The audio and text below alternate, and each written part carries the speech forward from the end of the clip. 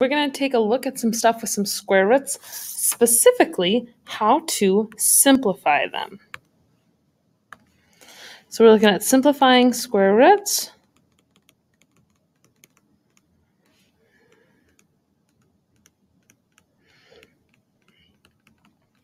And then what I want you thinking about is, how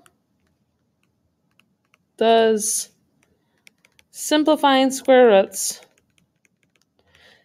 and the rules and the processes that go along with that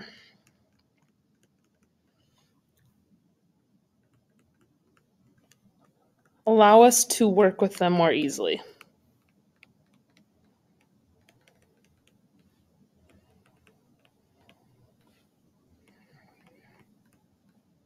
Kind of a long EQ for today, but that idea of we're going to simplify them and it's going to make our life easier, and we want to think about how is it going to make our life easier. So before we take a deep dive into that, let's just really quickly run through the perfect squares. And the reason is we're going to come back to these. So 0 squared is 0, 1 squared is 1, 2 squared is 4, 3 squared is 9, 4 squared is 16, 5 squared is 25, 6 squared is 36, 7 squared is 49, 8 squared is 64, 9 squared is 81, 10 squared is 100, 11 squared is 121, 12 squared is 144. At this point in your math career, I would expect that you know most of those. Maybe they don't come back right away, but they should be in your brain. Eventually, I want you to get more familiar with them going all the way up to 20. So here we go. 13 squared is 169. 14 squared is 196. 15 squared is 225. 16 squared is 256. 17 squared is 289. 18 squared is 324. 19 squared is 361. And 20 squared is 400. Notice we don't go past that. We're just kind of starting with just the first 20. 21 if you count 0. All that being said, I want to show you 2 quick examples of how to simplify square roots. And I'm going to show you the same one, but I'm going to show you it 2 ways. So as we're doing this, we're always looking for how to break it apart so that we are splitting it up into a perfect square and then a part that's not a perfect square.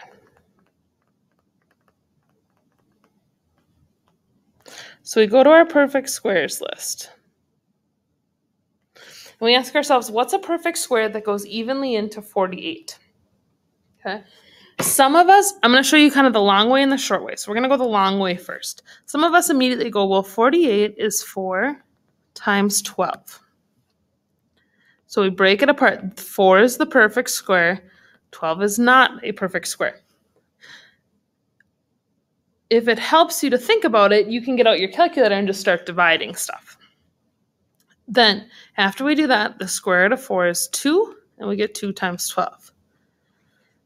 Then we always have to check this number again. What is a perfect square that goes into 12? Oh, 4. 4 times 3. So now I've got 2, and then the square root of 4 times the square root of 3, right? We're breaking it up into what's the perfect square, what's not a perfect square. So I get 2, square root of 4 is 2 again, and 3 for a final result of 4 root 3. So the square root of 48 simplifies to 4 root 3. Okay? That's kind of the long way. But it's still a good way. If you can start to get good at recognizing these, you might be able to say, oh, 48. 48 lives right here, right? It's just between 36 and 49. And in your brain, you could go through all of the perfect squares and say, 48 divided by 36. It's a decimal. And then just work backwards. 48 divided by 25. It's a decimal. 48 divided by 16. Aha! 16 goes into 48 and gives us 3. 48 is 16 times 3. So I can break it up into what's the perfect square, what's not a perfect square. And the square root of 16 is 3. And you'll notice, long way or fast way, we get the same answer. Okay? Now, if I have a square root of something really big, it might be easier to break it down the long way. But when it's smallish like this and we can just do a couple dividing rounds, that's such a nice option. Okay? I'm going to show you a couple more examples down here. However, before we get too far into them,